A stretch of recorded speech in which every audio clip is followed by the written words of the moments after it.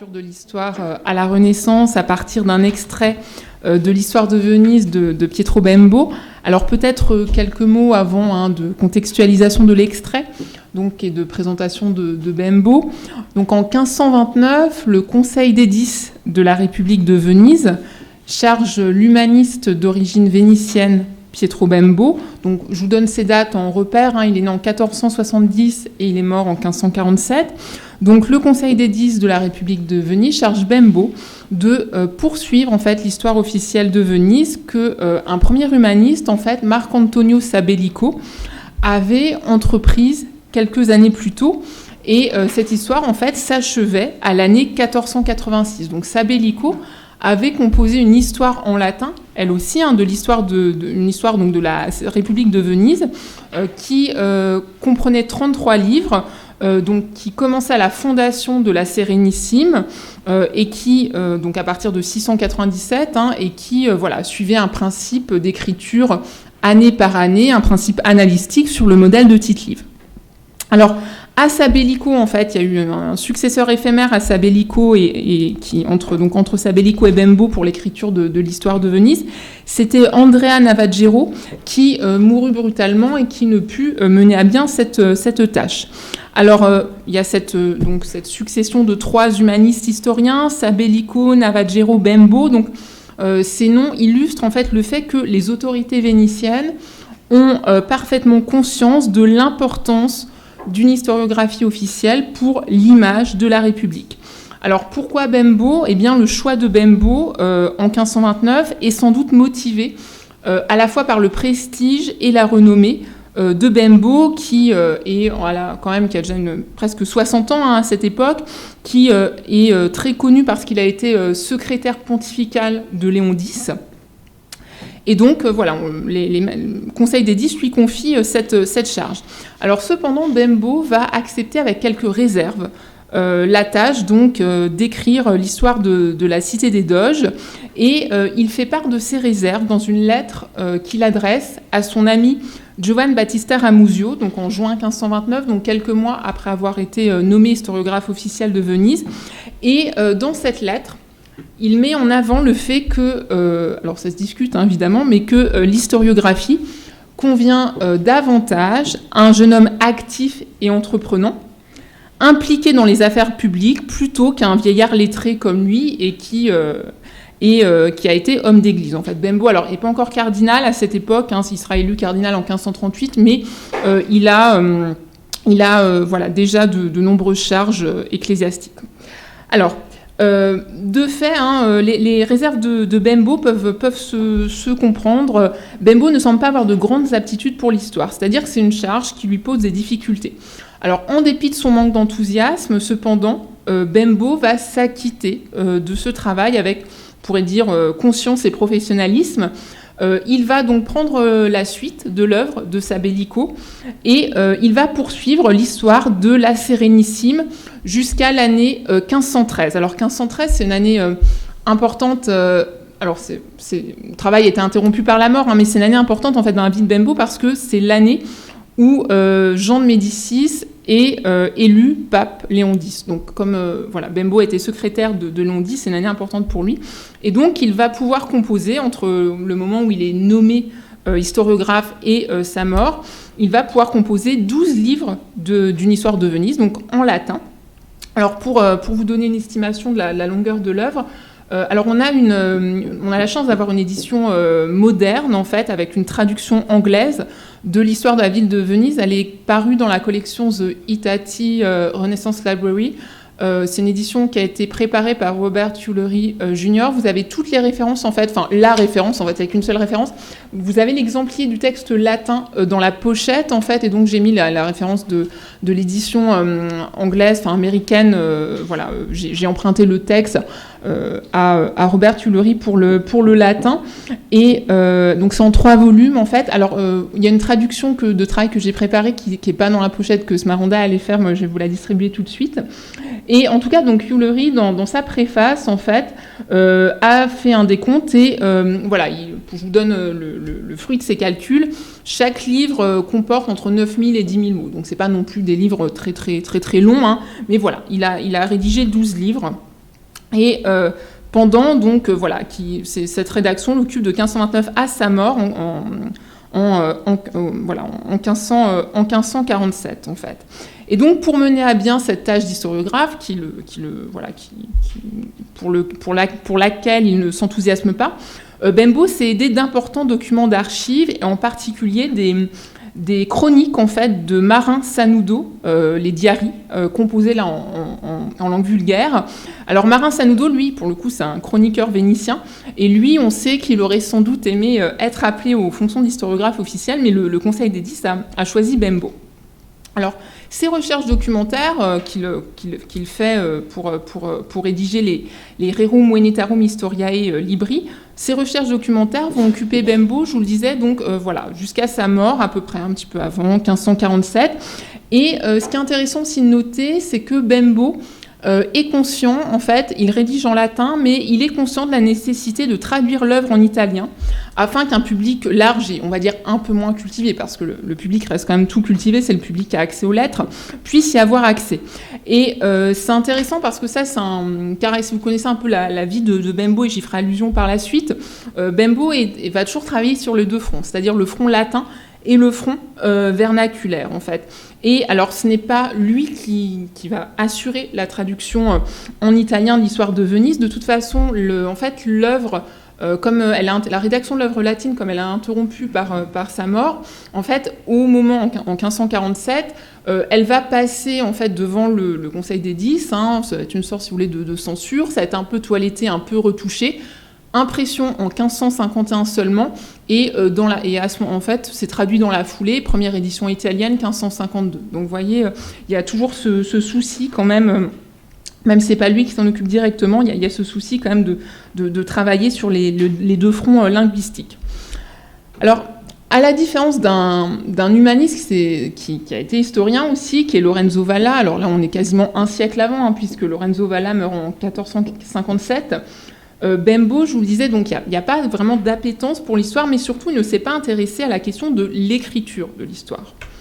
Alors, Valla, je vous rappelle, lorsqu'il était à la cour de Naples, en tant que secrétaire particulier du roi d'Aragon, avait pour fonction, en fait, d'écrire l'histoire de la dynastie aragonaise. Et donc, c'est dans ce contexte, en fait, qu'il avait composé les Historiarum Ferdinandi Regis Aragoniae Libri 13, donc les 3 livres de l'histoire du roi Ferdinand Ier d'Aragon. En fait, Ferdinand Ier d'Aragon, c'est le père d'Alphonse le Magnanime.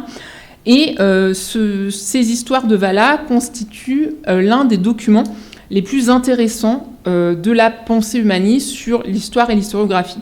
Et en particulier, la préface, en fait, de Valla évoque les enjeux philosophiques et épistémologique de l'histoire, on peut dire pour la première fois, parce que Valla va vraiment refuser la mainmise exclusive de la rhétorique. Donc ça, c'est un texte qui est composé en 1445, donc je vous le disais presque un siècle avant Bembo, et Bembo, lui, finalement, reste extérieur à ces questions d'écriture de l'histoire, disons, du point de vue théorique, et on a l'impression qu'il subit sa charge d'historiographe plus qu'il ne la réclame. Et du coup, cette pratique d'historiographe, ne va pas s'accompagner d'une réflexion sur la théorie historiographique, sur la question de l'écriture de l'histoire. On n'a chez Bembo aucun texte, en fait, théorique qui soit dévolu à cette question. Alors, ça peut paraître étonnant parce que, vous le savez peut-être, pendant sa vie d'humaniste, de lettré, d'écrivain, vous dites comme vous souhaitez, Bembo a profondément réfléchi à la question du style, mais pas à la question du style historique, en fait. Il a réfléchi à cette question plutôt dans les genres qu'il a pratiqués, essentiellement la poésie, la prose rhétorique, à la curie romaine, il a eu l'occasion de prononcer des discours d'apparat, ainsi que dans les lettres officielles et certains textes d'occasion. Alors, vous savez peut-être en particulier que le nom de Bembo est lié à un mouvement qu'on appelle le cicéronianisme, en fait, à la fin du XVe siècle et au XVIe siècle. Alors, je vais peut-être en rappeler en quelques mots ce dont il s'agit, puis je vais replacer Bembo dans ce contexte, en fait, dans ce débat linguistique. En fait, le cicéronianisme pose la question de savoir si la langue pratiquée par les humanistes, on va dire largement, à la Renaissance, devait reproduire ou non la correction, la pureté de la langue déployée par Cicéron dans ses écrits. C'est-à-dire que ça pose la question de savoir si Cicéron doit être un modèle unique et parfait de langue latine et donc à lui seul en fait, ou bien est-ce que la langue latine doit s'adapter à son époque? Est-ce qu'il est possible de parler à la Renaissance comme on parlait dans l'Antiquité? Et en fait, ce débat, cette interrogation, va vraiment traverser en fait toute la Renaissance et ce débat va donner lieu à plusieurs controverses et polémiques fameuses. Alors en fait Bembo intervient dans la deuxième étape de cette polémique, pardon. Je vais rappeler la première en 2 mots et puis je vais m'attarder un peu plus sur l'étape qui concerne Bembo parce qu'il me semble que pour justement ça a des conséquences sur la question des modèles et de l'écriture de l'histoire. Mais si ces questions de cicéronianisme et de controverses autour de Cicéron vous intéressent, là aussi je peux vous recommander une anthologie qui est très, très pratique en fait, qui est dans la même collection en fait que l'édition de l'histoire de Venise de Bembo, qui est dans la collection donc américaine The Hitachi Renaissance Library, qui s'appelle Ciceronian Controversies, et vous avez en fait tous les textes de la polémique autour de Cicéron. C'est une anthologie de 2007 éditée par Joan de la Neva. Alors souvent dans cette collection, c'est une collection qui a plein d'avantages parce qu'elle met beaucoup de textes à disposition avec une traduction en anglais, donc ça quand même fluidifie. Le latin, c'est pas forcément une langue de l'immédiateté, donc ça peut être commode en fait pour avoir accès à des textes. Mais c'est vrai que les introductions sont un peu légères souvent, donc mais pour une première entrée en matière, c'est bien. Vous avez aussi des éléments bibliographiques. Donc voilà, il y a une édition, je le disais, sur ces controverses autour de la question du cicéronianisme par Joan de la Neva, qui est déjà de 2007, mais elle est vraiment dans toutes les bibliothèques. Alors donc je vais me contenter donc la première étape en fait autour de cette question de l'imitation de Cicéron. Donc le foyer, c'est l'Italie, et en particulier c'est Florence. Dans les années 1480, elle oppose Angelo Poliziano, et Paolo Cortesi. Alors, Paolo Cortesi, lui, c'est le turiféraire de Cicéron, et Policien va soutenir, lui, un éclectisme beaucoup plus généreux, et à côté de Cicéron, eh bien, il prône l'usage de mots, de tournures d'autres écrivains qu'on pourrait même considérer d'une latinité moins recommandable. La deuxième étape de cette controverse, elle oppose précisément Pietro Bembo à Jean-François Pic de la Mirandole. Donc là, on est en 1512, en fait, donc c'est-à-dire à ce moment-là, Bembo est à Rome. 1512, c'est 1 an avant l'élection de Léon X au pontificat. Donc je disais, Bembo est déjà à Rome, et en fait, c'est une polémique qui va se dérouler par lettres, donc on connaît un peu le contexte. Et donc, à la suite d'une conversation sur la question de l'imitation, justement, qui a lieu à Rome entre les deux humanistes, Bembo et Jean-François Pic de la Mirandole, eh bien, Jean-François Pic va adresser à Bembo, le 19 septembre, une première lettre où il va clarifier et détailler les principaux éléments, les principaux points de sa position à propos de cette question d'imitation, et en particulier de l'imitation de Cicéron. Alors,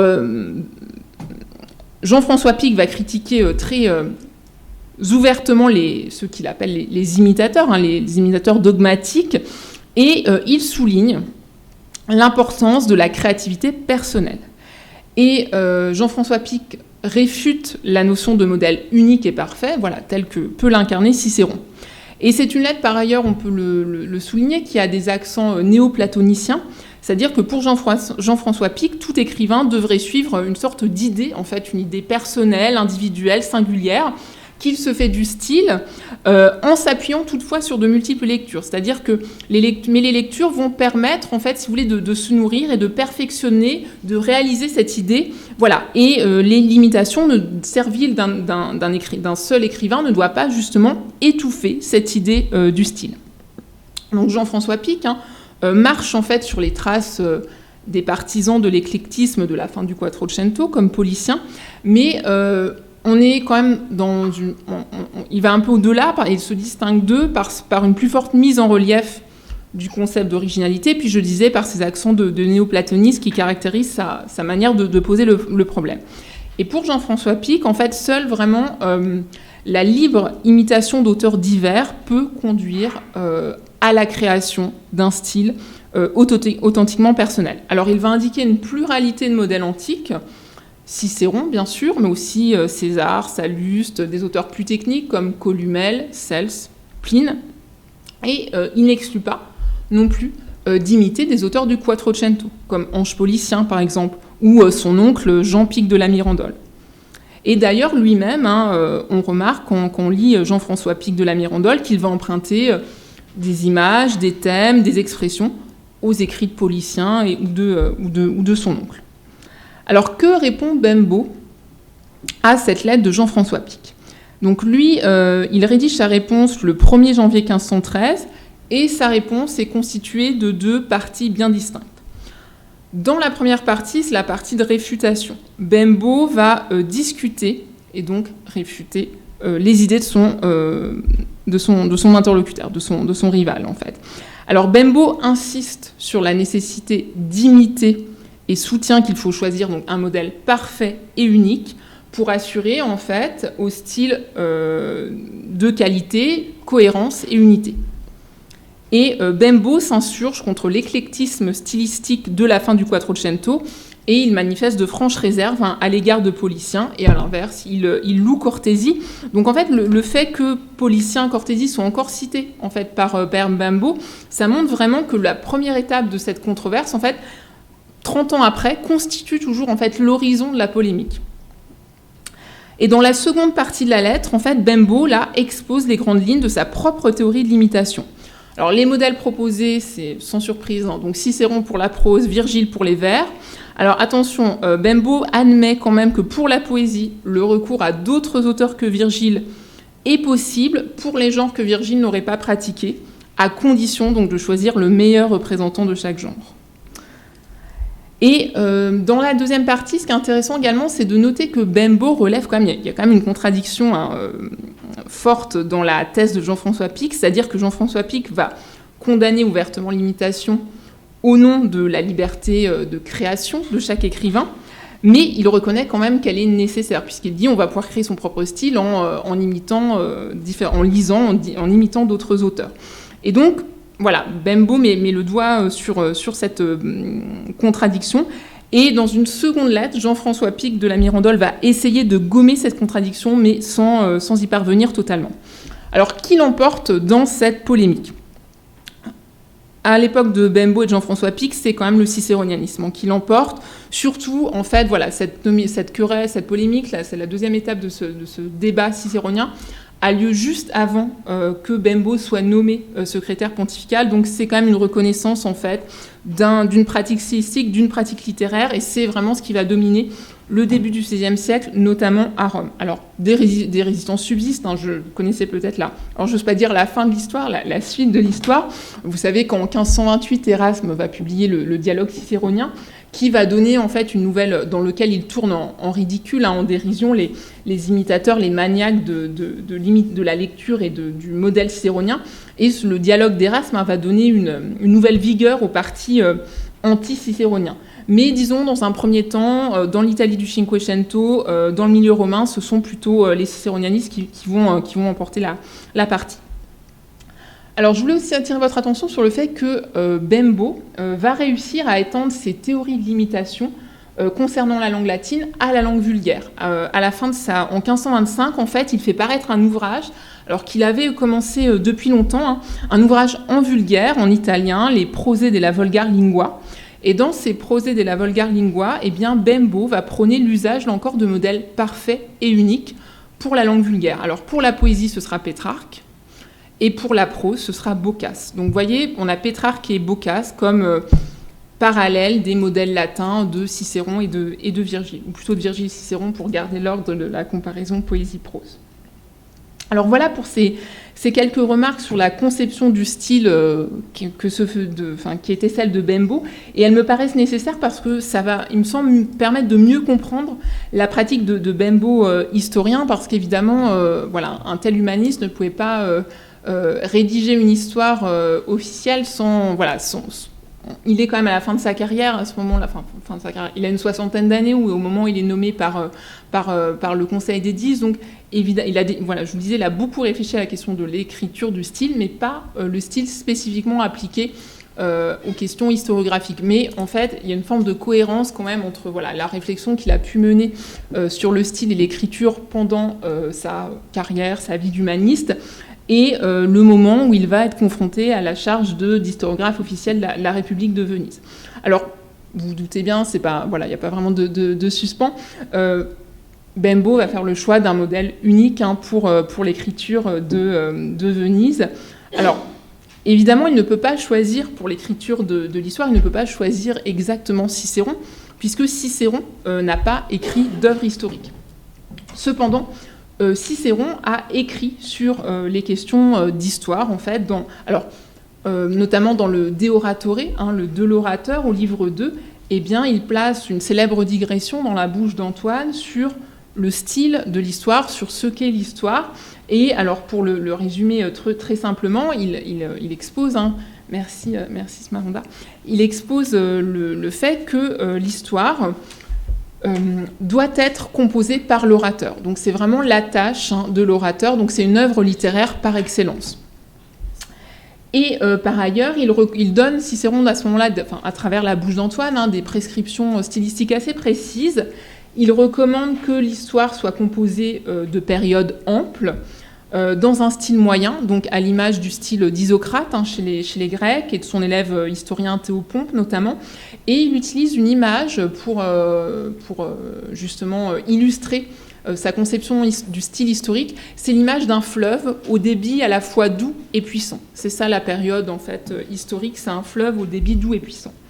Alors voilà, Bembo en quelque sorte va suivre en fait ces recommandations. Alors vous pouvez peut-être en fait j'ai choisi 2 extraits, donc on va commencer à regarder le premier. Le premier, c'est la préface. Alors on pourrait appeler ça la préface. En réalité, c'est les 2 premiers paragraphes du livre 1, mais vous allez voir en fait ça font office de préface. Et alors ne soyez pas effrayés, mais vous avez peut-être remarqué, si vous regardez la ponctuation, qu'il n'y a que 2 ou 3 phrases par paragraphe. Le premier paragraphe notamment, on a une courte phrase de 2 lignes, et puis après on est vraiment dans des périodes comme le recommande Cicéron. Alors, Smaranda vient de vous distribuer en fait une traduction que j'ai réalisée alors c'est vraiment une traduction de travail en fait. Donc franchement elle est tout à fait émandable, mais comme j'ignorais en fait en réalité le oui. Pardon, juste une question, du coup, il n'est pas de préface. En fait, ce qui fait office de préface, c'est ça. Il n'y a pas de réflexion, comme je disais chez Bembo, sur le style historique. Là, les 2 paragraphes qu'on va lire, ça va être plutôt une évocation de ses objectifs, des circonstances qui l'ont mené. Mais il n'y a pas vraiment de réflexion sur le style, en fait. Après, les livres, il a fait la partition lui-même, mais les paragraphes, c'est un ajout des éditeurs modernes, comme souvent. Voilà, ça, je crois que c'est Hulery qui a fait la numérotation, mais elle n'est pas dans l'édition de 1551 pour les paragraphes. C'est un usage tout à fait commode des éditeurs actuels. Et donc voilà, on peut appeler ça préface. En tout cas, c'est le seuil de l'œuvre. En fait, on peut le dire de manière encore plus neutre. Alors donc Bembo, on est d'emblée plongé dans le fleuve de l'histoire vénitienne. Vous voyez, il y en a 3 phrases au premier paragraphe, 2 phrases au deuxième paragraphe. Alors je voulais pas que ça effraie certains d'entre vous. En fait, j'ignorais un peu quel allait être le niveau global de latin, donc je me suis dit que j'allais fournir pour une traduction donc de travail qui permettra peut-être plus facilement les prises de parole aux uns aux autres, qui permettra peut-être de se repérer. Donc j'insiste sur le fait que c'est vraiment une traduction de travail. Donc je n'ai pas recherché l'élégance, j'ai surtout plutôt cherché une sorte de fidélité. Alors, les phrases latines extrêmement longues, j'ai quand même essayé de les scinder un peu parce que, vous le savez, la pratique de la subordination, c'est quelque chose qui est totalement usuel en latin, alors que le français a plutôt tendance à coordonner ou à juxtaposer. Donc déjà, du point de vue du génie de la langue, j'ai envie de dire, c'est un peu différent. Donc j'ai essayé un petit peu de couper les phrases, en introduisant de la ponctuation forte, des points-virgules, mais j'ai conscience que vous allez voir, ça reste extrêmement lourd, extrêmement pâteau, mais ça me permettait de garder quelque chose d'assez proche du texte latin de Bembo, afin de peut-être faciliter le repérage. Alors donc, je le disais, on est dans un style abondant, style de période, qui suit les prescriptions de Cicéron, mais qui bien sûr aussi, alors ça je dirais qui suit les recommandations théoriques de Cicéron, comme je disais, Cicéron n'a pas été historien, mais il y a un modèle quand même stylistique très précis qu'a en tête Bembo, c'est le style de Tite-Live, en fait, le style livien, alors Tite-Live il est postérieur à Cicéron, donc évidemment quand Cicéron donne à travers la bouche d'Antoine, dans le livre 2 de l'orateur des recommandations sur l'écriture de l'histoire, Cicéron ne connaît pas Tite-Live. Mais de même, c'est quand même l'historien qui va correspondre le mieux aux recommandations théoriques, en fait, disons, qui va correspondre le mieux a posteriori aux recommandations qui vont être faites par Cicéron dans le de l'orateur. Donc c'est pour ça qu'il a pu être choisi comme modèle d'écriture, comme modèle historiographique, en fait. Alors vous allez voir en fait que l'imitation de Tite-Live, elle est assez nette. Donc on va regarder le texte latin tout de suite, en fait. Et à de nombreuses reprises, en fait, voilà, vous allez voir, on a des tournures, des expressions qui nous plongent là dans... Alors à la fois dans l'histoire vénitienne, mais j'ai envie de dire dans l'histoire romaine, vous allez voir que Bembo imite tellement les anciens et tellement Tite-Live qu'on a parfois l'impression d'avoir sous les yeux d'une page d'un historien antique, en fait. Et conformément au projet qu'il a pu énoncer, notamment face à Jean-François Pic de la Mirambole, eh bien là, on voit vraiment qu'il est dans cette perspective de restaurer une sorte de pureté absolue, fantasmée, je ne sais pas, du latin. Et donc, on va trouver des tournures typiquement latines, en fait, qui peuvent sembler un peu anachroniques. Et en fait, j'ai choisi ce texte parce que ça permet de réfléchir à la question de modèle, en fait, et qui, pour la question de l'histoire, qui suppose quand même une certaine actualisation. Ce matin, on a parlé des traductions qui vieillissaient, mais il y a aussi, bien sûr, les réalités qui évoluent. Et ça se pose quand même de manière assez aiguë.